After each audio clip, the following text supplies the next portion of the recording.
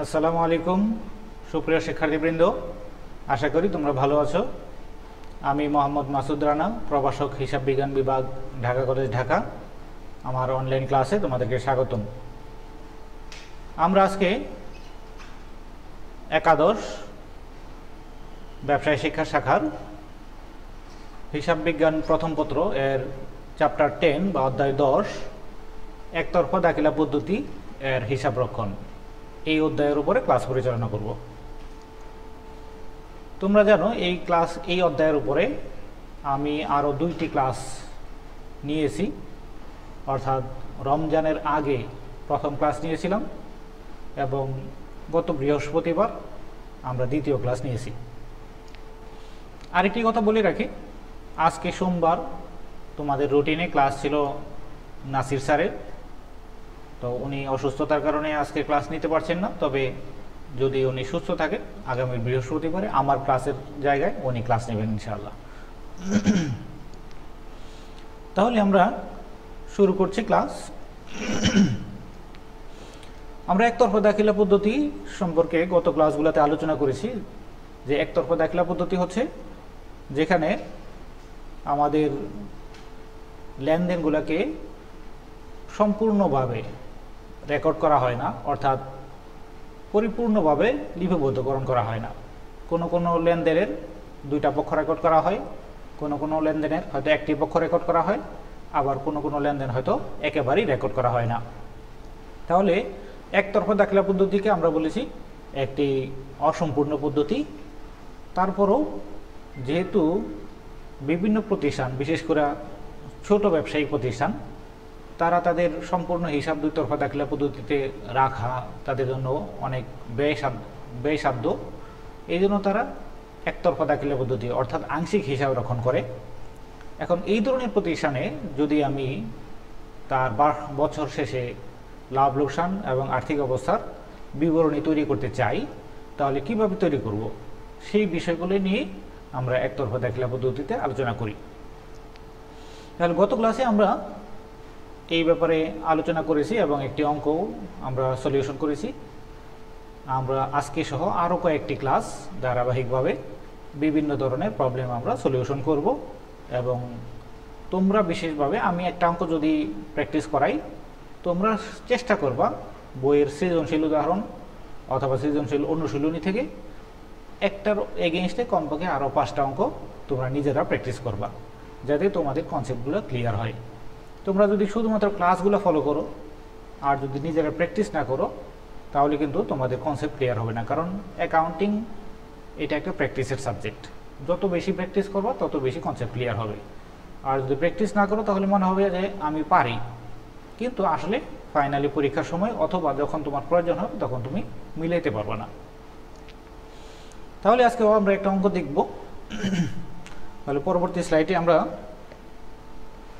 এখানে একটা অঙ্ক দেওয়া আছে তোমাদের বইয়ের সৃজনশীল উদাহরণ 14 জনাব, অর্থাৎ বই বলতে এখানে আমরা যে বইটা রেফারেন্স দিয়েছিলাম, যে বইটা থেকে আমরা ক্লাস নিয়ে থাকি, হিসাব বিজ্ঞান প্রথম পত্র, দীপক কুমার বিশ্বাস, মিলেনিয়াম পাবলিকেশনের বই, এখান থেকেই আমার স্লাইডগুলো তৈরি করা হয়। তোমরা এই বই থেকে এই সৃজনশীল উদাহরণ পাবা। আর যদি কেউ অন্য বই কিনে থাকো বা ফলো করে থাকো, তাহলে অন্য বই থেকেও তুমি প্র্যাকটিস করতে পারবা। তাহলে আমাদের এই স্লাইডে যা দেওয়া আছে আমরা একটু দেখে নিই। জনাব সোহান একজন ব্যবসায়ী 2017 সালের 1 জানুয়ারি তারিখে তিনি 1 লক্ষ টাকা মূলধন নিয়ে ব্যবসা আরম্ভ করেন। 2017 সালের 31শে ডিসেম্বর তারিখে তার ব্যবসায়ের আর্থিক অবস্থা নিম্নরূপ ছিল।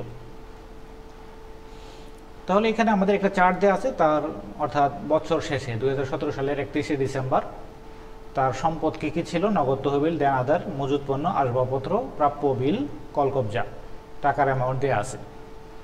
তারপর দায় পাশে ব্যাংক জমাদারিত বিবিধ পাওনাদার এবং প্রদেয় বিল। এরপর নিচে দেওয়া আছে জনাব সোহান 2 মাস পর পর 2500 টাকা করে নগদ উত্তোলন করেন। এছাড়াও তিনি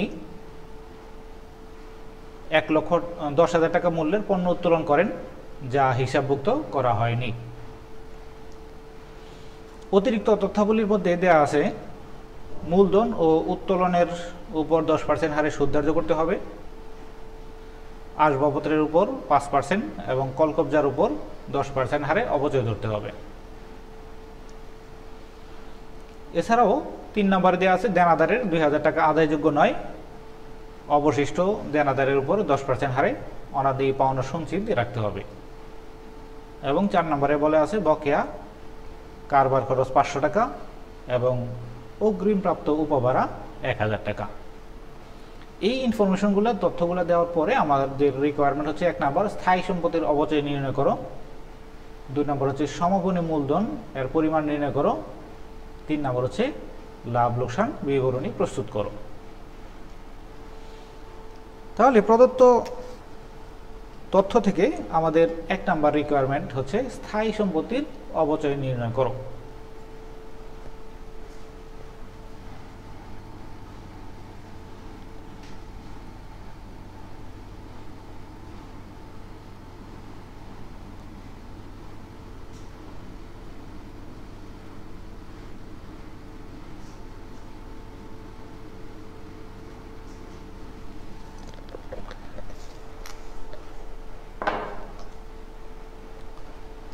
তাহলে স্থায়ী সম্পত্তির অবচয়, আমাদের স্থায়ী সম্পত্তি কি কি আছে এখানে?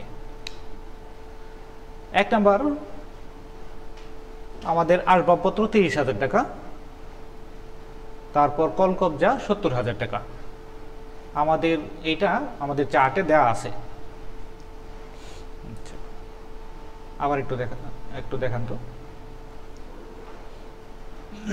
তোমরা আবার দেখো যে স্থায়ী সম্পত্তি আমাদের দেয়া আছে, আমাদের টেবিলে স্টকে দেয়া আছে, আসবাবপত্র দেয়া আছে 30,000 টাকা আর কলকবজা দেয়া আছে 70,000 টাকা। আবার নিচে আমাদের বলা আছে যে তিনি 1 এপ্রিল তারিখে তার ব্যক্তিগত তহবিল থেকে 5,000 টাকার এনে কারবারের জন্য আলমারি ক্রয় করেন, যা হিসাবভুক্ত করা হয়নি। তাহলে আমাদের আসবাবপত্র দেওয়া আছে 30,000 টাকা, আবার নিচে বলা আছে 5,000 টাকার আলমারি ক্রয় করেন। তাহলে আলমারিকেও যদি আমরা আসবাবপত্র ধরি তাহলে আমাদের মোট আসবাবপত্র হবে 35,000 টাকা, কিন্তু আমাদের রেকর্ড করা আছে 30,000 টাকা। তাহলে আমরা যখন স্থায়ী সম্পত্তির অবচয় ধরব তখন যেহেতু 5,000 টাকা রেকর্ড করা হয়নি, এই 5,000 টাকা সহ মোট 35,000 টাকার উপরে আমাদেরকে অবচয় ধরতে হবে। আর কলকবজা আছে 70,000 টাকা, এইটার উপরে 70,000 টাকার উপরেই অবচয় ধরতে হবে। আর অবচয়ের হার হচ্ছে আসবাবপত্রের উপরে 5%, আমাদের নিচে দেওয়া আছে অতিরিক্ত তথ্যগুলিতে, আর কলকবজার উপরে 10%। তাহলে আমরা এখন ক নাম্বার রিকোয়ারমেন্ট দেখব, স্থায়ী সম্পত্তির অবচয়, এর মধ্যে কলকবজার অবচয়।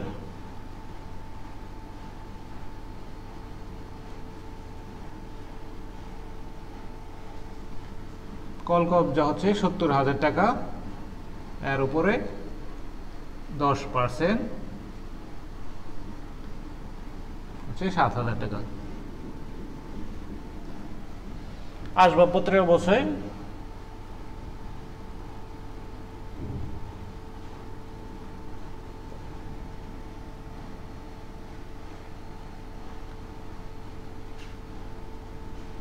তাহলে আসবাবপত্র আমাদের প্রারম্ভিক অর্থাৎ বছরের শুরু থেকেই আসবাবপত্র ছিল 30,000 টাকা। তাহলে সেই প্রারম্ভিকটার উপরে যদি আমরা ধরি, প্রারম্ভিক আসবাবপত্র ছিল 30,000 টাকা, এর উপরে 5% হচ্ছে 1,500 টাকা। আমরা এটাকে একটু এই পাশে লিখি,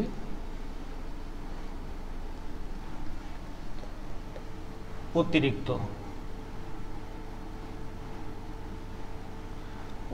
আসবাবপত্র আমরা আরো অতিরিক্ত 5,000 টাকার অতিরিক্ত আসবাবপত্র কিনেছি, সেইটার উপরে 5% ইনটু আমরা এই আসবাবপত্রটা কিনছি হচ্ছে 1 এপ্রিল। তাহলে এটার উপরে আমাদের অবচয় ধরতে হবে 9 মাস, এপ্রিল থেকে ডিসেম্বর পর্যন্ত। তাহলে 5000 ইন্টু 5%, এটা হচ্ছে 1 বছরের অবচয়। 1 বছরের অবচয়কে আমার ভাগ দিতে হবে 12 দিয়ে, গুণ দিতে হবে 9 দিয়ে। যদি আমরা 12 দিয়ে ভাগ দিই, 9 দিয়ে গুণ দিই, তাহলে অবচয়ের পরিমাণ হয় 188 টাকা। তাহলে 188, তাহলে আমার আসবাবপত্রের মোট অবচয় হচ্ছে 1688 টাকা। তাহলে মোট অবচয় 7000 আর 8688 টাকা।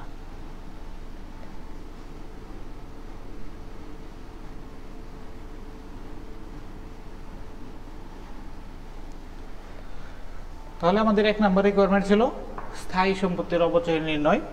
তবে স্থায়ী সম্পত্তির অবচয় আমরা দেখলাম, আসবাবপত্রের অবচয় তাকে আলাদাভাবে বের করলাম, আর যন্ত্রপাতি কলকবজার অবচয় আমার বছর থেকে শুরু থেকে শেষ পর্যন্ত একই পরিমাণ ছিল, ওইটা আমরা একসাথে বের করলাম। তাহলে মোট অবচয় হচ্ছে 8688। তারপর আমাদের খ নাম্বার রিকোয়ারমেন্ট।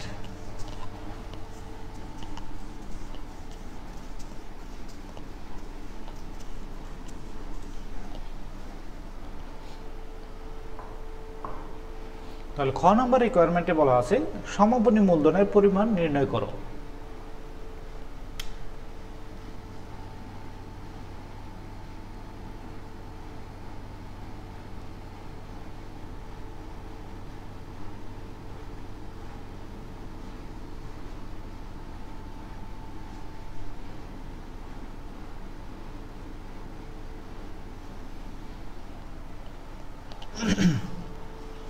এখন সমাপনী মূলধন নির্ণয় আমরা কিভাবে করব?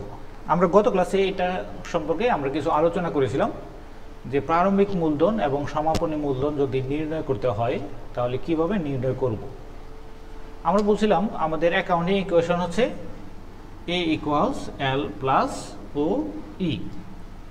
এখন আমার সমাপনী মূলধন যদি নির্ণয় করতে হয় তাহলে আমার সমাপনী সম্পদ মনে করো 1000 টাকা, আর আমার সমাপনী দায় দেওয়া আছে মনে করো 300 টাকা,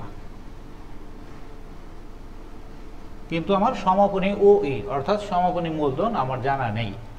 তাহলে আমরা কিন্তু এখান থেকে সমাপনী মূলধন আমরা বের করতে পারবো হচ্ছে 700 টাকা। অর্থাৎ আমি আর বিস্তারিত করলাম না, 1000 টাকা থেকে 300 টাকা মাইনাস করে আমরা সমাপনী মূলধন পাবো 700।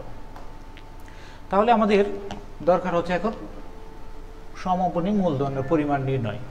তাহলে সমাপনী সম্পদ কত, সমাপনী দায় কত, সেটা আমরা যদি পেয়ে যাই তাহলে কিন্তু সমাপনী মূলধন সহজেই আমরা পেয়ে যাব।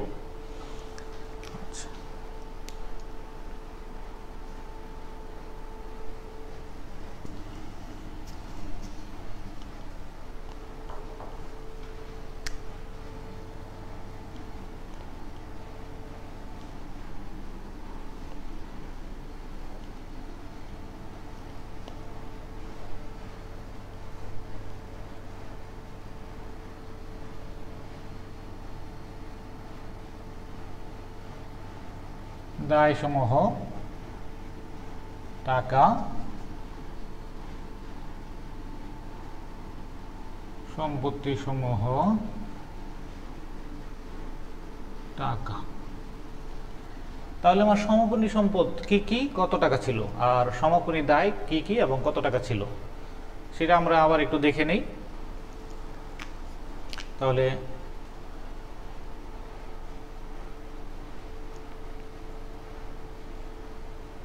দেখো আমাদের সম্পত্তি পাশে আমাদের উপরে হেডিংটা কি ছিল যে 2017 সালের 31শে ডিসেম্বর তারিখে তার ব্যবসায়ের আর্থিক অবস্থা নিম্নরূপ ছিল।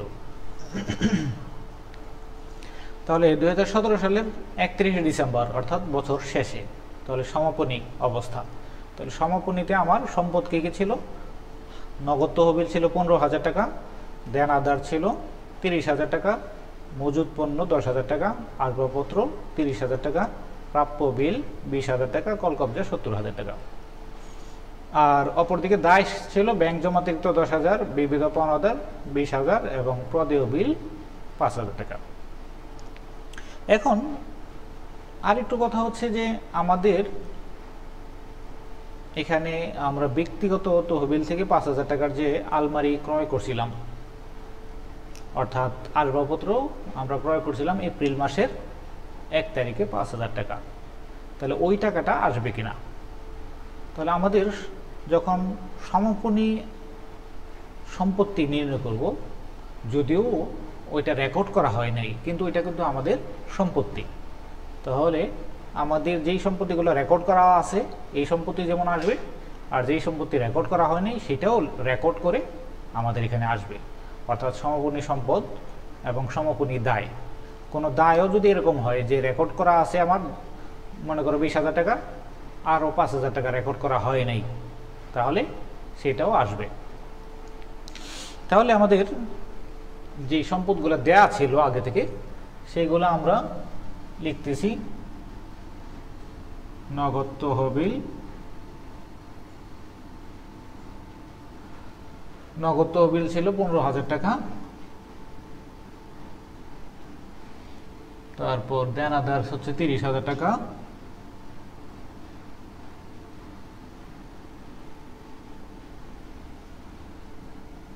মজুদ পণ্য 10,000 টাকা,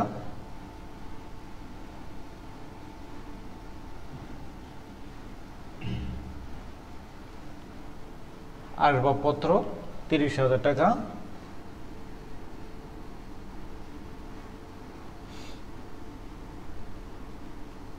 আচ্ছা এখন আসবাবপত্র আমাদের এখানে 30,000 দেওয়া আছে, ইচ্ছা করলে আমরা এখানে আসবাবপত্র 30,000 দেখাইয়ে নিচে অতিরিক্ত আমাদের আসবাবপত্র ক্রয় অথবা আলমারি ক্রয় হিসাবে আমি 5,000 টাকা দেখাইতে পারি, অথবা আমি এখানেও দেখাইতে পারি।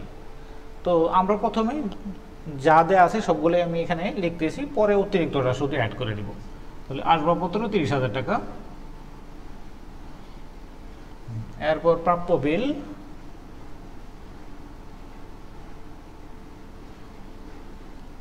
20,000 টাকা,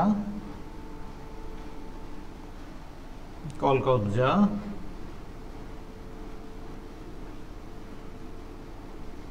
70,000 টাকা,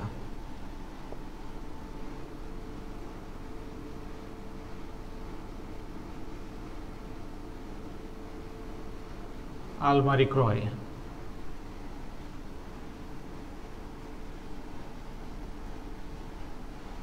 5,000 টাকা। তাহলে যেইটা আমাদের রেকর্ড করা ছিল না 5,000 টাকা, এইটা আমরা অতিরিক্তভাবে রেকর্ড করলাম 5,000। আর আমাদের দায় সমূহ দেওয়া আছে ব্যাংক জমাতিরিক্ত 10,000 টাকা,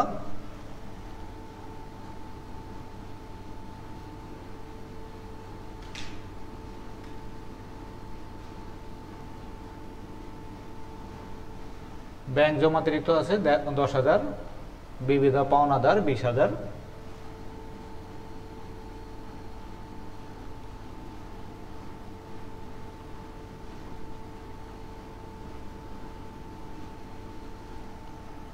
আর ক্রদেয় বিল 5,000।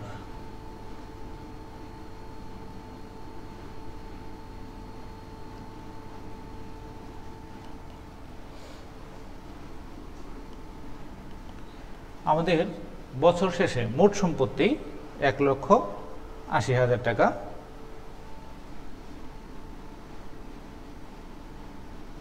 তাহলে এখানে আমাদের যোগ করলে 15 আর 30 45 55 আর 30 85 আর 20 1,05,000 আর 70 1,75,000 আর 5 1,80,000 টাকা হচ্ছে মোট সম্পত্তি। আর এই পাশে আমরা জানি মোট সম্পত্তি সমান হবে মোট দায় এবং মূলধন।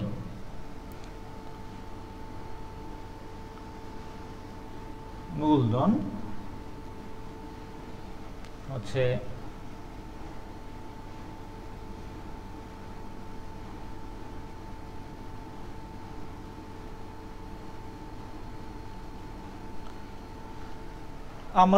আমাদের এখানে 1,80,000 টাকা হবে।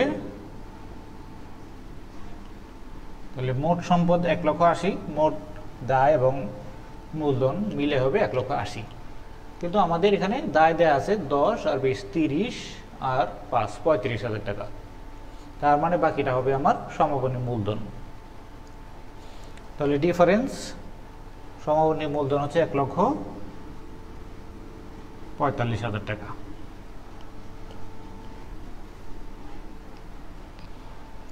এইভাবে আমাদের সমাপনী মূলধন অথবা প্রারম্ভিক মূলধন যদি চাই তাহলে বের করে নিতে হবে। সমাপনী মূলধন চাইলে সমাপনী সম্পদ থেকে সমাপনী দায় বাদ যাবে, আর যদি প্রারম্ভিক মূলধন চাই তাহলে প্রারম্ভিক মূলধন থেকে প্রারম্ভিক দায় বাদ যাবে। তাহলে এই পর্যন্ত আমরা গত ক্লাস বা আজকের ক্লাস পর্যন্ত যতটুকু পড়লাম, এই পর্যন্ত তোমাদের কারো কোনো কোশ্চেন আছে কিনা অথবা কোনো অস্পষ্টতা আছে কিনা তোমরা এখন ইচ্ছা করলে কমেন্টে লিখতে পারো। আমরা একটু দেখতে চাই যে তোমাদের এখন পর্যন্ত কোনো অস্পষ্টতা আছে কিনা, যেহেতু আমরা তোমাদেরকে ফিজিক্যালি পাচ্ছি না। ফিজিক্যালি ক্লাসে পাইলে হয়তো তোমাদের সাথে আমাদের 2 ওয়ে কমিউনিকেশন হইতো, তোমরা বিভিন্ন ধরনের প্রশ্ন করতে পারতা।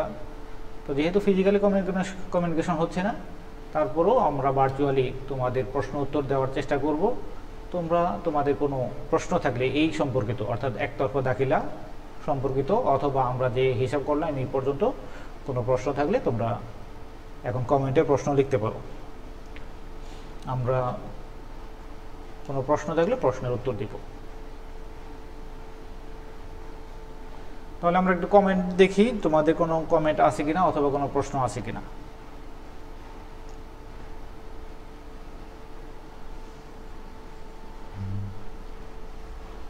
তোমাদের প্রশ্ন লেখা পর্যন্ত আমরা একটু অপেক্ষা করতেছি, দেখি কেউ। আচ্ছা, উত্তর কিভাবে লিখবো? তোমাদের একটা প্রশ্ন আসছে, উত্তর কিভাবে লিখবো? আচ্ছা,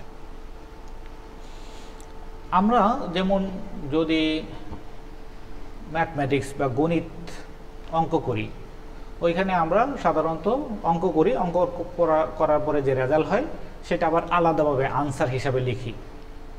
তো আমাদের হিসাব বিজ্ঞানের যে অঙ্ক, আমাদের এই অঙ্কের যে উত্তর এটা আলাদাভাবে লেখার প্রয়োজন নেই। তবে আমরা যেমন অবচয়, আমরা ক নম্বর প্রশ্ন উত্তর ছিল স্থায়ী সম্পত্তির অবচয় নির্ণয় করো। তাহলে স্থায়ী সম্পত্তির অবচয় আমরা দুইটা মিলে বের করছিলাম 8,688 টাকা। তো 8,688 টাকা আমরা যে লিখছিলাম 8,688, তো এইটার নিচে আমরা কিন্তু দুইটা দাগ দিয়ে ক্লোজ করে দিয়েছিলাম। তোমরা প্রথম পার্টে যখন আমি অঙ্ক করাইছি সেখানে দেখলে দেখবা যে আমি 8,688 টাকার নিচে দুইটা দাগ দিয়ে ক্লোজ করে দিয়েছি, অর্থাৎ আমার এইটা হিসাব করা শেষ। 2 দাগ মানে হচ্ছে অ্যাকাউন্টিংয়ে সেটা ক্লোজ। তাহলে আমার মোট, এবং পাশে লিখছিলাম মোট অবচয় 8,688 দিয়ে দুইটা দাগ দিয়ে ক্লোজ, অর্থাৎ এইটাই আমার উত্তর। আলাদাভাবে মোট অবচয় বা স্থায়ী সম্পত্তির অবচয় 8,888 লেখার প্রয়োজন নেই। এইভাবে আমাদের এখানে 2 নম্বরে চাইছি সমাপনী মূলধনের পরিমাণ নির্ণয় করো। তাহলে আমাদের এখানে আমরা হেডিং দিছি সমাপনী মূলধনের পরিমাণ। তো এখানে আমরা যেইভাবে বের করার দরকার সেইভাবে বের করছি। এইখানে আমরা লিখছি মূলধন। তো মূলধন যেহেতু আমার হেডিংয়ে বলা আছে সমাপনী মূলধন বা সমাপনী মূলধনের পরিমাণ নির্ণয়, এই জন্য এখানে আমি আর সমাপনী মূলধন লিখি নেই। তবে কেউ যদি এখানেও সমাপনী মূলধন লিখে তাও কোনো সমস্যা নেই, আর না লিখলেও সমস্যা নেই, যেহেতু আমার হেডিং দেওয়া আছে সমাপনী মূলধন নির্ণয়। তাহলে আমরা 1,45,000 টাকা আমাদের সমাপনী মূলধন বের হলো। তো এইটার জন্য আবার নিচে আলাদাভাবে উত্তর সমাপনী মূলধন 1,45,000 টাকা, এইটা লেখার প্রয়োজন নেই, এইটাই আমার উত্তর। এইভাবে প্রত্যেক অংশের আমরা যে বের করি আমার বিবরণীর মধ্যে, যেমন এরপরে আমরা লাভ লোকসান বিবরণী করব, তাহলে লাভ লোকসান বিবরণীতে আমার নিট লাভ অথবা নিট লস বের হবে।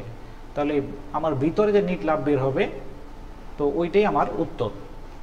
হ্যাঁ, এখন কেউ যদি বলে যে না স্যার আমি যদি লিখি তাহলে কোনো সমস্যা আছে কিনা, যে প্রত্যেক অংশের বা ক খ গ প্রত্যেক অংশের পরে আমি আলাদাভাবে লিখে দিলাম যে আমার স্থায়ী সম্পত্তির অবচয় এত, খ নাম্বারে লিখে দিলাম আমি সমাপনী মূলধনের পরিমাণ এত, গ নাম্বারে আমি অঙ্ক করার পরে আবার নিচে লিখে দিলাম যে আমার মোট লাভ বা নিট লাভ বা নিট ক্ষতি আমার এত। লিখে দিলে কোনো সমস্যা আছে কিনা? লিখে দিলে কোনো সমস্যা নাই, তবে না লিখলেও কোনো সমস্যা নেই। নর্মাল প্র্যাকটিস হলো লিখা হয় না। আচ্ছা, তারপর আর কোনো প্রশ্ন? লাস্টের দিকটা একটু বুঝাইয়া দেন স্যার। আচ্ছা, লাস্টের দিক বলতে এখানে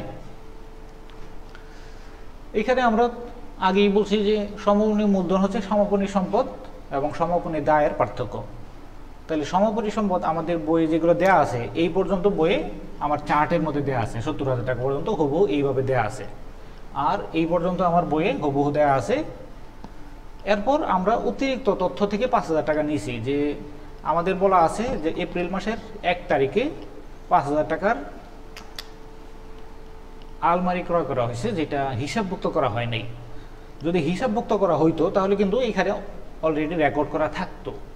যেহেতু হিসাবভুক্ত করা হয়নি, তার মানে এখানে এটা ইনক্লুডেড না। এখন এইটা কিন্তু আমার সমাপনী সম্পদের অংশ, আমার সম্পদ কিন্তু হিসাবভুক্ত করা হয়নি। তাহলে এই জন্য আমরা যেটা হিসাবভুক্ত করা হয় না, যেই সম্পদটা, সেই সম্পদটাও হিসাবভুক্ত হিসাবে আমি দেখাইলাম। যে আলমারি ক্রয় নতুন, যেটা 5,000 টাকা, সেটাও আমি এখানে সম্পদ হিসাবে, সমাপনী সম্পদের মধ্যে আমি দেখালাম, কারণ এটাও তো আমার সম্পদ হিসেবে আছে, যেমন এরকম এইগুলো আছে। আর সমাপনী দায় আমার এইগুলো দেয়া আছে। তাহলে সমাপনী সম্পদ থেকে সমাপনীর দায় আমার বাদ দিলে যেটা পাবো সেটা হচ্ছে আমার সমাপনী মূলধন। তাহলে আমার নর্মাল অ্যাকাউন্টিং ইকুয়েশনে কি হয়? Asset equals liability plus owners equity, সমান হবে দুই পাশ। তাহলে অ্যাসেট হলো 1,80,000 টাকা, তাহলে এই পাশেও আমার 1,80,000 হবে। তাহলে 1,80,000 আমার কিন্তু এখন এইটা নাই এখনও, তাহলে 1,80,000 হওয়ার কথা। তাহলে আমার আছে এখানে 20, আচ্ছা 10 আর 20 30 আর 5 35,000 টাকা আছে। তাহলে বাকি যতটুকু ডিফারেন্স, এই ডিফারেন্সটাই হচ্ছে আমার মূলধন। তাহলে মূলধন হচ্ছে সম্পদ, অর্থাৎ সমাপনী সম্পদ আর সমাপনী দায়ের পার্থক্য হচ্ছে আমার মূলধন 1,45,000 টাকা। আশা করি তোমরা এতটুকু পর্যন্ত বুঝতে পারছো। তারপরে স্যার সম্পদ ও দায়ের পার্থক্যই কি মূলধন? হ্যাঁ, আমরা এই কথাটাই বারবার বলতেছি যে সম্পদ এবং দায়ের পার্থক্য, দায় বলতে বহির্দায়। তাহলে সম্পদ এবং দায়ের পার্থক্য হচ্ছে মূলধন। সমাপনী মূলধন বের করতে হলে সমাপনী সম্পদ থেকে সমাপনী দায় বাদ দিব, আর প্রারম্ভিক মূলধন বের করতে হলে প্রারম্ভিক সম্পদ থেকে প্রারম্ভিক দায় বাদ দিব। তাহলে তোমাদের নিচে আর কোনো কমেন্ট বা কিছু আছে? আচ্ছা, শর্ট সিলেবাসে কি আছে? এই অধ্যায় নাই দেখি স্যার। আচ্ছা, শর্ট সিলেবাসটা এখন পর্যন্ত যে শর্ট সিলেবাস দেওয়া হয়েছে, এটা হচ্ছে এই বছর 2021-এ যারা পরীক্ষা দিবে, অর্থাৎ তোমাদের সিনিয়র ভাই যারা, তাদের জন্য শর্ট সিলেবাস হচ্ছে যেটা 5টা অধ্যায় বা 4টা অধ্যায় দেওয়া হয়েছে। তাহলে তোমাদের জন্য কিন্তু এখনও শর্ট সিলেবাস দেওয়া হয় নাই। তোমাদের যদি শর্ট সিলেবাস দেওয়া হয়, তখন আমরা আবার শর্ট সিলেবাসের উপরে হয়তো নতুন করে ক্লাস নিব। আমরা যেহেতু 1 থেকে 10 সবগুলো অধ্যায় মোটামুটি, আমি তো 10 অধ্যায় পড়াইলে স্যার হয়তো ওদিকে পড়াইতেছে, স্যার এখন সম্ভবত আর্থিক অবস্থার বিবরণী পড়াচ্ছে। তাহলে আর্থিক অবস্থার বিবরণী পড়াইলে 1 থেকে 10 তোমাদের সবগুলো অধ্যায় প্রথমবার কাভার হয়ে যাবে। এরপরে যদি আবার শর্ট সিলেবাস দেয়, আমরা হয়তো যদি অনলাইন ক্লাসই নিতে হয়, তাহলে আবার শর্ট সিলেবাসের উপরেও কিছু রিভিউ ক্লাস নিব। তাহলে আমাদের ব্রড সিলেবাস শেষ হয়ে যাচ্ছে, এরপরে যদি আমাদের শর্ট সিলেবাস দেয়, তাহলে যেই স্পেসিফিক চ্যাপ্টারগুলো থাকবে ওইগুলো আমরা হয়তো আবার নিব, অথবা তোমরা ওইগুলো আলাদাভাবে প্র্যাকটিস করবা। কিন্তু এখন তোমরা বাদ দিবা না, কারণ এখন কিন্তু তোমাদের শর্ট সিলেবাস দেওয়া হয় নাই। তোমাদের শর্ট সিলেবাস আদৌ দেওয়া হবে কিনা, নাকি ফুল সিলেবাসের উপরে ক্লাস নেওয়া হবে বা পরীক্ষা নেওয়া হবে, সেই ব্যাপারে এখনও কিন্তু কোনো সিদ্ধান্ত হয় নাই। কাজে আমরা এখন ফুল সিলেবাসের উপর প্রস্তুতি নিব, তারপরে যদি শর্ট সিলেবাস হয় তখন আমরা দেখব।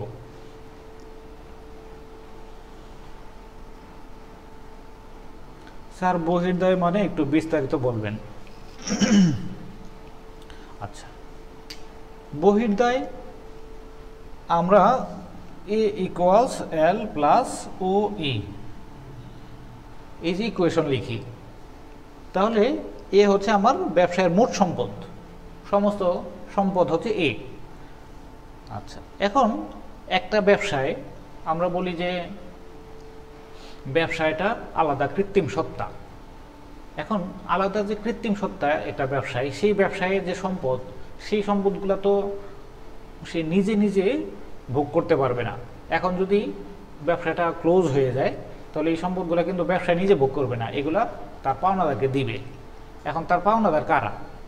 এই পাওনাদার হইতে পারে দুই রকম, এক হচ্ছে মালিক আর এক হচ্ছে মালিক ছাড়া অন্য কোনো ব্যক্তি বা প্রতিষ্ঠান। তাহলে মালিকের কাছে ব্যবসায়ের যত পাওনা সেটাকে বলে ওই, ওনার্স ইকুইটি বা মূলধন। আর মালিক ছাড়া অন্য কোনো ব্যক্তি বা প্রতিষ্ঠানের কাছে যত পাওনা সেটাকে বলে লায়াবিলিটিস। তাহলে এই যে লায়াবিলিটিস, এটাকে বলি আমরা বহির্দায়। তাহলে ব্যবসায়ের সম্পদের মধ্যে মালিকের পাওনা ব্যতীত সমস্ত পাওনাই হচ্ছে আমার লায়াবিলিটিস বা বহির্দায়। তাহলে এখানে আমাদের যে লায়াবিলিটিসগুলো দেওয়া ছিল, মানে দায়গুলো দেওয়া ছিল, ব্যাংক জমাতিরিক্ত, এটা কিন্তু মালিকের পাওনা না। বিবিধ পাওনাদার, এটাও মালিকের পাওনা না। প্রদেয় বিল, এটাও মালিকের পাওনা না। মালিক ছাড়া অন্য কোনো ব্যক্তি বা প্রতিষ্ঠানের কাছে আমাদের পাওনা বা দেনা। তাহলে এইগুলো হচ্ছে আমার বহির্দায়। তাহলে আমার মোট সম্পত্তি থেকে বহির্দায় বাদ দিলে যা থাকবে সেটা হচ্ছে আমার ওনার্স ইকুইটি বা মূলধন। তারপর বহির্দায় এবং অন্তর্দায়ের পার্থক্য কি? আচ্ছা, আমার এটা হচ্ছে অন্তর্দায়, মানে মূলধন বা মালিকানা সত্ত্ব। তো এইটা হচ্ছে আমরা অন্তর্দায় বলতে এইটা আমরা ইউজ করি না, আমরা বলি বহির্দায় আর মালিকানা সত্ত্ব। তাহলে দুইটার পার্থক্য আসলে কিছু নাই। আমাদের এটা হবে এই মোট সম্পদ সমান সমান বহির্দায় যোগ অন্তর্দায় বা মালিকানা সত্ত্ব, দুইটা মিলে আমার মোট সম্পদ হবে।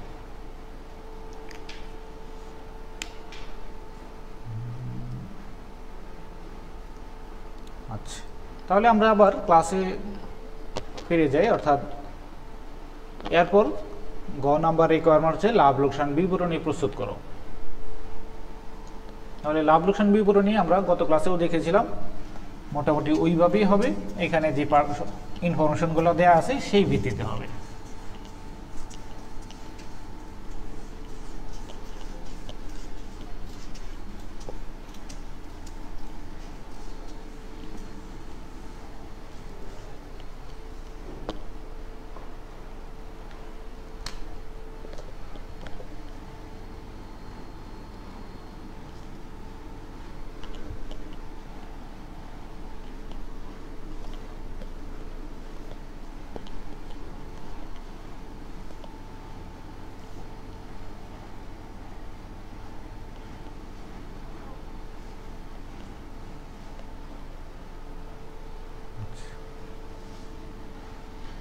তাহলে এখানে আমাদেরই হচ্ছে জনাব সোহান,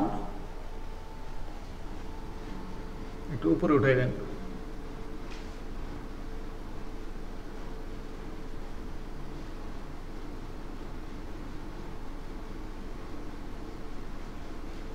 লাভ লোকসান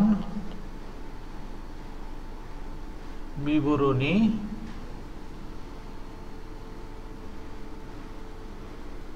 31শে ডিসেম্বর 2017 সমাপ্ত বছরের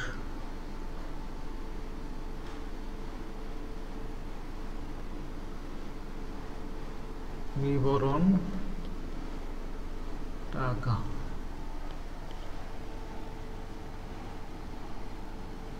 বিবরণ টাকা আমরা বলছি লাভ লোকসান বিবরণীতে আমাদের দুইটা পাশ থাকে, একটা হচ্ছে লেফট সাইড বা ডেবিট সাইডও বলা যায়, আর একটা হচ্ছে রাইট সাইড বা ক্রেডিট সাইড। তাহলে এখানে যদি আমরা ডেবিট ক্রেডিট ইচ্ছে করলে দিতে পারি,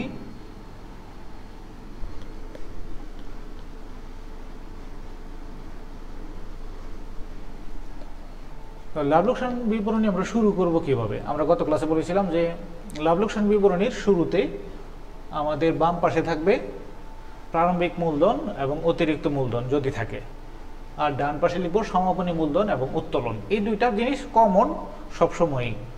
তাহলে আমরা এই দুইটা আগে লিখব, তারপরে বাকি বিষয়গুলো দেখব।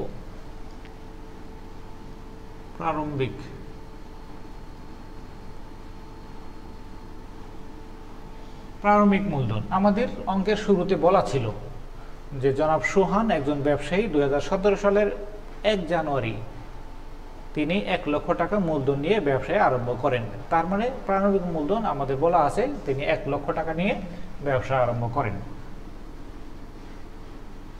তাহলে আমরা লিখলাম প্রারম্ভিক মূলধন 1 লক্ষ টাকা। এরপর অতিরিক্ত মূলধন।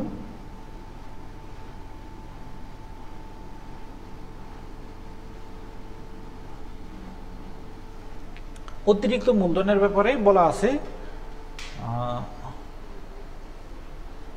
তিনি 1 এপ্রিল তারিখে তার ব্যক্তিগত তহবিল হতে 5,000 টাকা এনে কারবারের জন্য একটি আলমারি ক্রয় করেন। এই যে 5,000 টাকার আলমারি ক্রয় করা হয়েছিল 1 এপ্রিল, সেটা তা মালিকের ব্যক্তিগত তহবিল থেকে ক্রয় করা হয়েছে। তার মানে এইটা আমার অতিরিক্ত মূলধন, যেহেতু মালিক অতিরিক্ত টাকা দিল ব্যবসায়ের জন্য। তাহলে অতিরিক্ত মূলধন হচ্ছে 5,000 টাকা। এখানে সমাপনী মূলধন ক্রেডিট পাশে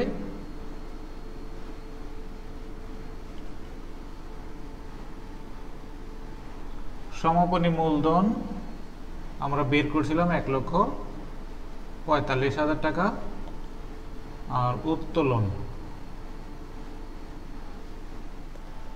উত্তোলনের ব্যাপারে আমরা বলছিলাম নগদ উত্তোলন এবং পণ্য উত্তোলন দুইটা আলাদা হইতে পারে কাজে। আর এখানে আমাদের বলাও আছে যে জনাব সোহান প্রতি 2 মাস পর পর 2,500 টাকা করে নগদ উত্তোলন করেন। এছাড়াও তিনি 10,000 টাকার মূল্যের পণ্য উত্তোলন করেন। তাহলে উত্তোলনটা দুইভাবে, এক হচ্ছে নগদ হচ্ছে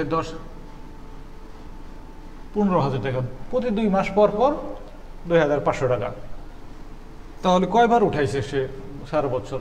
প্রতি 2 মাস পরে পরে যদি উঠায় তাহলে ফেব্রুয়ারির শেষে একবার, এপ্রিলের শেষে একবার, এইভাবে সে 6 বার উঠাবে। তাহলে 2,500 × 6 হচ্ছে মোট নগদ উত্তোলন হচ্ছে 15,000 টাকা। আর পণ্য উত্তোলন হচ্ছে 10,000 টাকা। তাহলে মোট উত্তোলন 25,000 টাকা।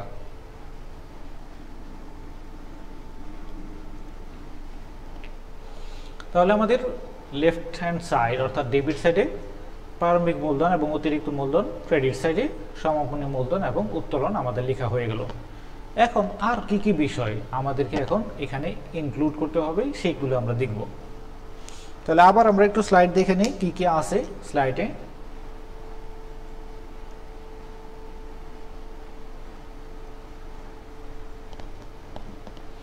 তাহলে দেখো আমাদের অতিরিক্ত তথ্যাবলীর মধ্যে আছে মূলধন ও উত্তোলনের উপরে 10% হারে সুদ ধরতে হবে।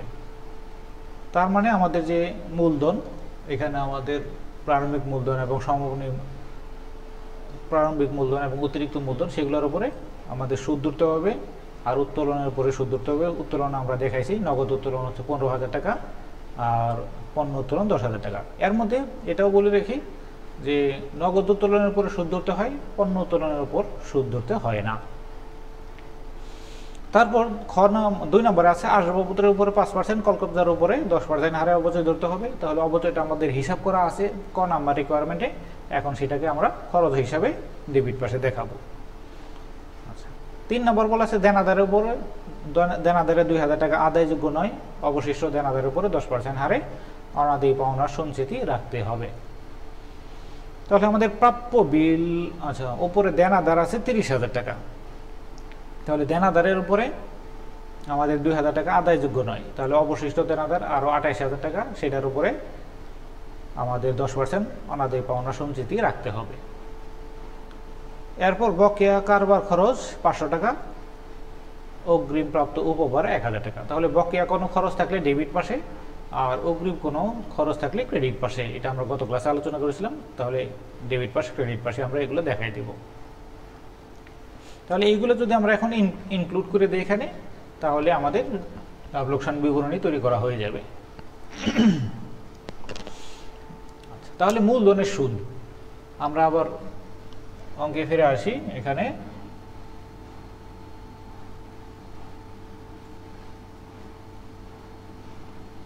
মূলধনের সুদ, এখন মূলধনের সুদ বা উত্তোলনের সুদ বা অন্যান্য যে আমাদের কিছু কিছু হিসাব করতে হয়, সেইগুলো তোমরা চেষ্টা করবা অঙ্কের মধ্যে অতিরিক্ত কার্য অথবা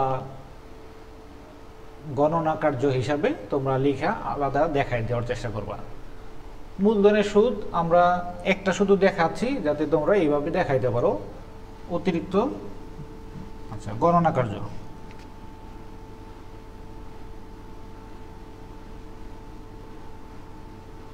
গণনা কার্য 1 নম্বর, মূলধনের সুদ নির্ণয়। আমাদের প্রারম্ভিক মূলধন 1 লক্ষ টাকা, অতিরিক্ত মূলধন হচ্ছে 5,000 টাকা।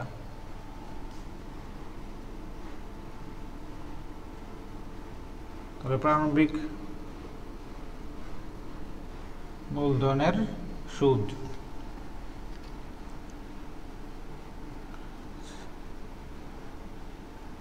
1 লক্ষ টাকার উপরে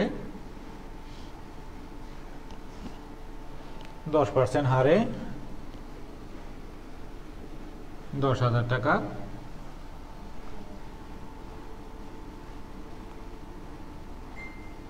অতিরিক্ত মূলধনের সুদ হচ্ছে 5,000 টাকার উপরে 10% ইন্টু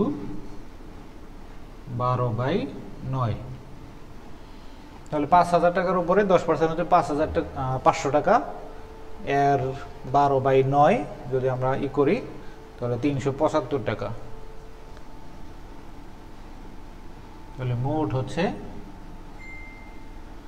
10,375। তাহলে এইভাবে আলাদাভাবে গণনা কার্য তোমরা দেখাই দিবা।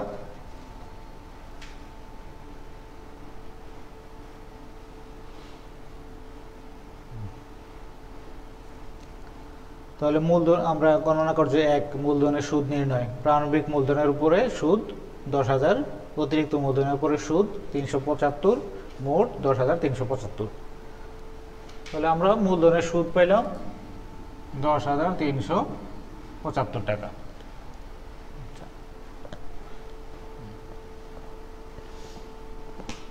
এরপর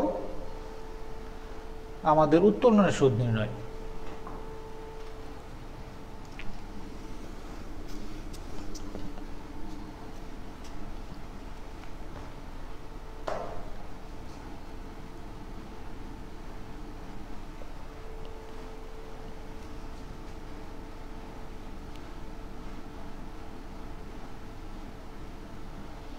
উত্তোলনের সুদ, এখন উত্তোলন হচ্ছে আমাদের 15,000 টাকা, কিন্তু এই 15,000 টাকা সে উত্তোলন করছে 2 মাস পরে পরে 2,500 টাকা হারে 6 বারে উত্তোলন করছে।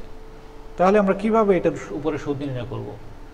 আমি যদি 15,000 ইন্টু 10% লিখি তাহলে এই 15,000 টাকা সব টাকার উপরে 1 বছরের সুদ আসে। এখন সব টাকার উপরে তো আমাকে 1 বছরের সুদ ধরা যাবে না। তাহলে সহজে প্রথমে বোঝানোর জন্য আমি বলি যে আমরা 6 বারে টাকা উঠাইছি, তার মানে 2 মাস পরে পরে আমরা প্রথম কিস্তি উঠাইছি ফেব্রুয়ারির 28 তারিখ হিসাব, মানে যেহেতু 2 মাস পরে পরে। তাহলে যেটা আমরা প্রথম কিস্তি 2,500 টাকা উঠাইছি ফেব্রুয়ারি 28 তারিখ, সেটার উপরে সুদ ধরতে হবে 10 মাসের, কারণ এরপরে ওই বছরে আরও 10 মাস বাকি ছিল। এরপর দ্বিতীয় কিস্তি আমি যে টাকা উঠাইছি সেটার উপরে সুদ ধরতে হবে 8 মাসের। তৃতীয় কিস্তি যেটা উঠাইছি সেটার উপরে ধরতে হবে 6 মাসের।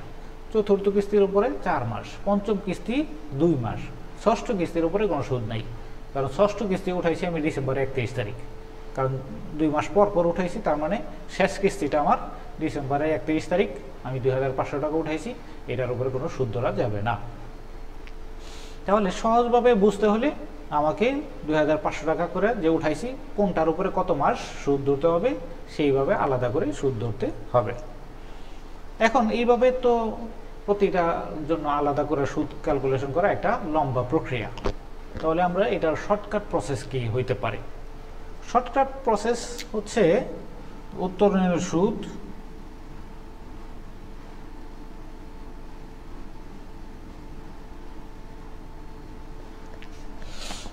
হচ্ছে 2,500 ইন্টু 10% ইন্টু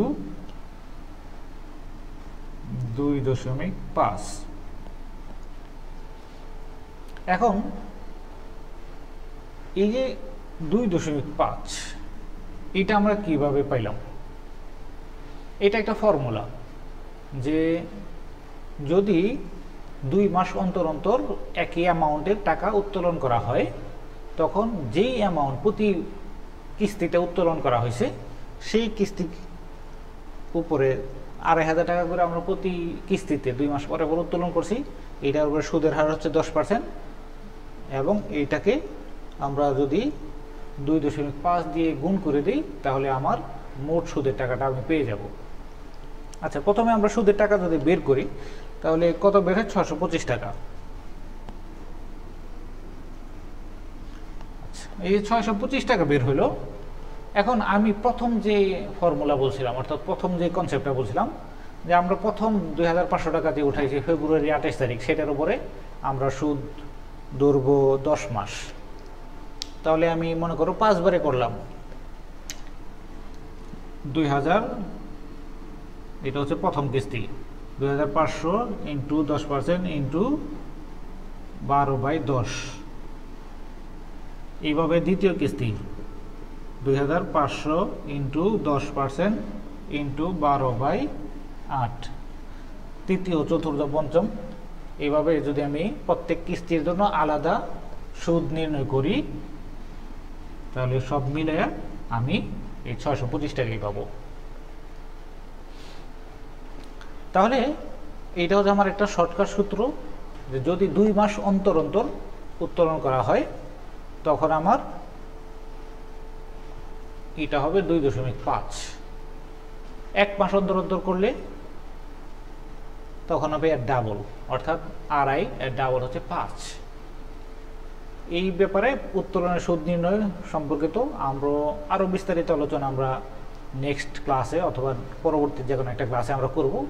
তাহলে আজকে এইটা শুধু মনে রাখো যে 2 মাস অন্তর অন্তর যদি উত্তোলন করে তাহলে ফ্যাক্টরটা হচ্ছে 2.5 গুণ দেওয়ার ফ্যাক্টর যদি শর্টকাটে করতে চাও, আর যদি 1 মাস অন্তর অন্তর উত্তোলন করে তখন ফ্যাক্টরটা হবে এর ডাবল, অর্থাৎ 5।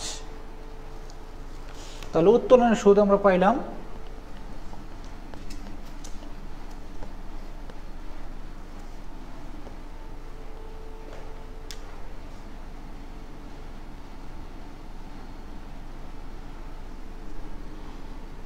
625। এরপর আরও অন্যান্য যে খরচ আর অবচয় বা দেনাদারের আদায়যোগ্য নয় হচ্ছে 2,000 টাকা। আচ্ছা, অনাদায়ী পাওনা,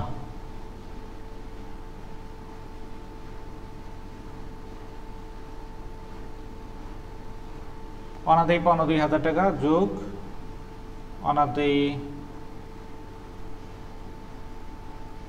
নতুন অনাদায়ী পাওনা সঞ্চিতি। আমাদের দেনাদার ছিল 30,000 টাকা, এর উপরে 2,000 টাকা আদায়যোগ্য নয়, তাহলে আমার 2,000 টাকা অনাদায়ী পাওনা লিখলাম 2,000। আর বলছে অবশিষ্ট দেনাদারের উপরে 10% অনাদায়ী পাওনা সঞ্চিতি ধরতে হবে। তাহলে 30,000-এর 2,000 আদায়যোগ্য নয়, তাহলে অবশিষ্ট আছে 28,000। তাহলে 28,000-এর উপরে 10% আরও 2,800 টাকা। তাহলে অনাদায়ী পাওনা যোগ অনাদায়ী পাওনা সঞ্চিতি দুইটা মিলে হচ্ছে 4,800 টাকা। এরপর আমার বকেয়া বেতন, বকেয়া বেতন না কারবার খরচ বলা আছে, বকেয়া খরচ আমরা লিখলাম 500 টাকা।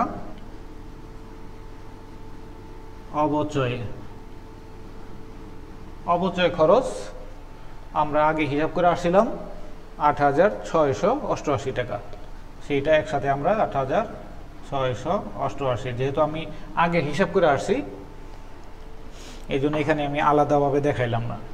তোমরা ইচ্ছা করলে অবচয় খরচ আলাদাভাবে এখানে দেখাইতে পারো, যে আমার আসবাবপত্রের খরচ কত, কলকবজার খরচ কত, অথবা এখানে অবচয় খরচ আসবাবপত্র কল কবজা এখানে যোগ করে দুইটা ফিগার একসাথে নিতে পারো। তাহলে এই ছিল আমার লাভ লোকসান বিবরণীতে যে আইটেমগুলো নিতে হবে সেইগুলো।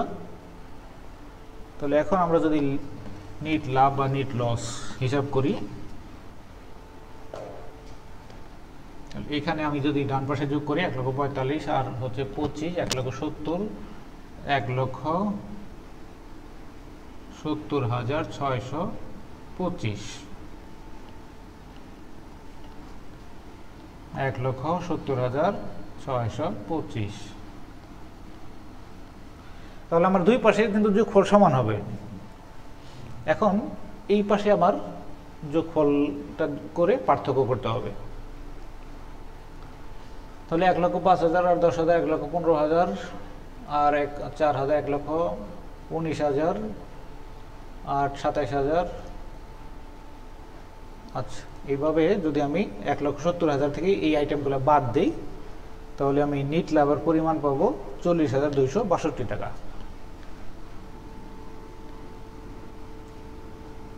নিট লাভ 40,262।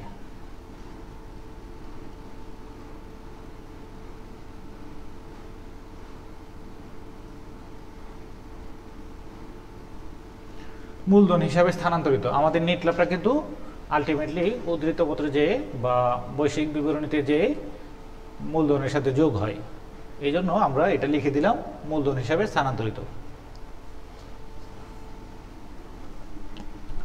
তাহলে নিট লাভ বা নিট ক্ষতি বের করার ফর্মুলা হচ্ছে, আমরা লাভ লোকসান বিবরণীতে প্রথমে ডান পাশে ক্রেডিট পাশের সমাপনী মূলধন এবং উত্তোলন লিখব, বাম পাশে প্রারম্ভিক মূলধন অতিরিক্ত মূলধন লিখব। এরপর যে সকল খরচ আমার দেয়া থাকবে সেগুলো আমরা ডেবিট পাশের দিক লিখব। যদি কোনো আয় দেয়া থাকে তাহলে আমরা ক্রেডিট পাশে লিখব। কোনো বকেয়া খরচ থাকলে ডেবিট পাশে লিখব। কোনো অগ্রিম খরচ, আমাদের একটা আইটেম বাদ পড়ছে, অগ্রিম খরচ ছিল অগ্রিমপ্রাপ্ত ভাড়া।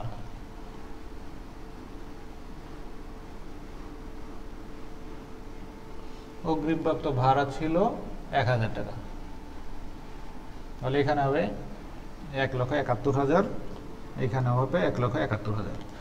যোগফল মানে এখানে নিট লাভের পরিবর্তন হবে না, কারণ এটা আনসার দেখে আমি উঠাইছিলাম, যেহেতু যোগ বিয়োগ করাটা একটু সময় সাপেক্ষ।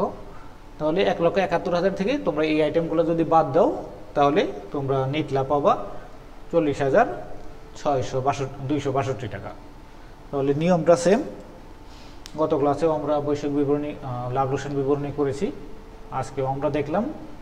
তাহলে এরপরেও তোমরা আরও প্র্যাকটিস করবা। কোনো কোশ্চেন থাকলে আমরা নেক্সট ক্লাসে কোশ্চেন নেওয়ার চেষ্টা করব। আজকে এই পর্যন্তই। তোমরা সুস্থ থাকার চেষ্টা করবা, স্বাস্থ্যবিধি মেনে চলবা, নিয়মিত পড়াশোনা করবা। আসসালামু আলাইকুম ওয়া রাহমাতুল্লাহ।